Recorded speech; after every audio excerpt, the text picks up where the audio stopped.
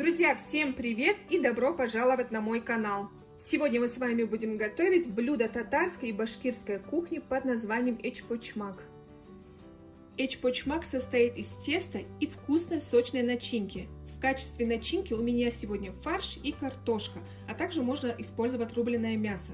Также по желанию можно готовить из любого вида мяса, в том числе и курицы. Итак, для теста нам понадобится 450 мл теплого молока, примерно 800 грамм муки, плюс-минус, потом будем ориентироваться по консистенции теста. Также нам понадобится 1 яйцо, столовая ложка сахара, 1 чайная ложка соли, 7 граммов дрожжи. Если вы будете использовать сухие дрожжи, то возьмите 20 граммов. И 4 столовых ложек растительного масла. В миску выливаем теплое молоко. Высыпаем сахар, добавляем дрожжи, все это перемешаем. Оставляем на 10 минут, чтобы на дрожжах появилась шапочка. Прошло 10 минут, посмотрите, какая шапочка появилась. Это показатель того, что дрожжи сработали. Теперь мы сюда добавляем 1 яйцо, всыпаем соль, еще раз все хорошо перемешаем. Понемногу добавляем муку и замешиваем тесто.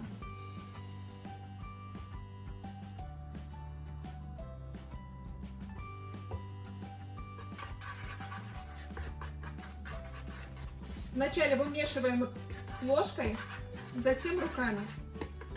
Примерно на этом этапе мы вливаем растительное масло, и нужно будет хорошенько вымесить тесто до однородности. Друзья, тесто я замесила, посмотрите, у меня еще немного муки осталось, поэтому ориентируйтесь по консистенции теста, так как мука везде разная. Тесто должно получиться очень мягкое, как мочка уха. Сверху я еще немного смазала растительным маслом. Теперь мы накрываем тесто и даем ему подойти в теплом месте. Для начинки нам понадобится 500, примерно 600 грамм фарша. Можно также взять рубленое мясо по желанию. Фарш у меня говяжий. Фарш желательно брать жирный, чтобы начинка была не сухой. Если вы будете брать куриный фарш, то в таком случае нужно будет добавить в начинку кусочки сливочного масла для сочности. Также понадобится 500 грамм картофеля. Посмотрите, я его мелко нарезала ножом, кубиками маленькими, и 1 большая луковица. Я взяла 3 маленьких и нарезала очень мелко. Ну, не обязательно, в принципе, мелко так сильно резать. Также понадобится черный перец, соль, и я добавлю еще немножко красной острой паприки. Вот в таких хлопьях она у меня. Мне нравится, когда остринка есть. Итак, соберем нашу начинку. Для этого отправляем в миску фарш. Также добавляем сюда сразу лук, картошку. И сейчас добавляем приправы. Это немного красного перца. Добавим соль по вкусу и черный перец. Начинку нужно хорошо перемешать. Конечно, лучше это сделать руками. Сейчас все перемешаю тщательно. И можно немного помять, чтобы начинка была такая более сочная. Ну все, наша начинка готова. Посмотрите, как поднялось тесто. Просто шикарнейшие.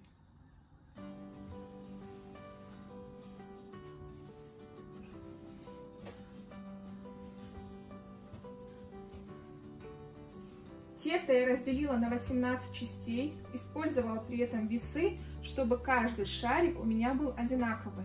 И один шарик такой весит примерно 77 граммов. Теперь скатываем их в шарики, затем будем раскатывать.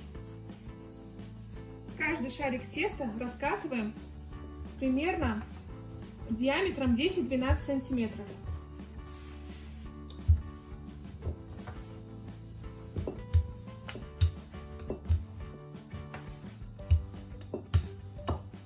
Вот так вот достаточно. Выкладываем начинку. И теперь самое интересное. Собираем каждое тесто в треугольник, защипываем края Очень хорошо защипываем.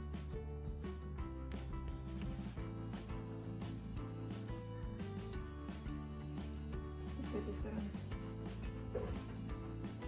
Посередине оставляем дырочку.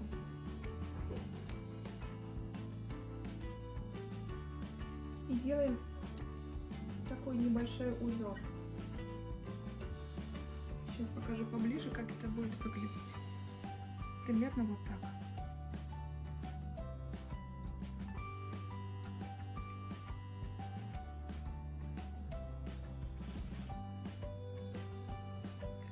Вот такой получается у нас.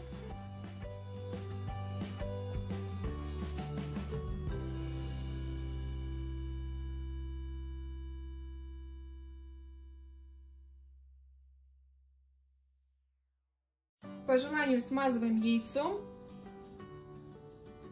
каждый эчпочмак. Выпекаем эчпочмаки примерно 30-35 минут при температуре 190 градусов.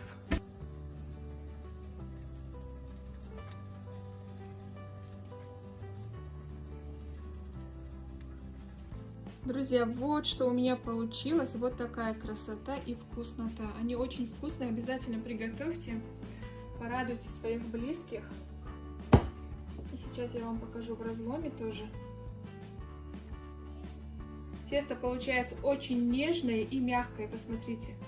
И картошка пропекается, и мясо готово. В общем, обязательно приготовьте.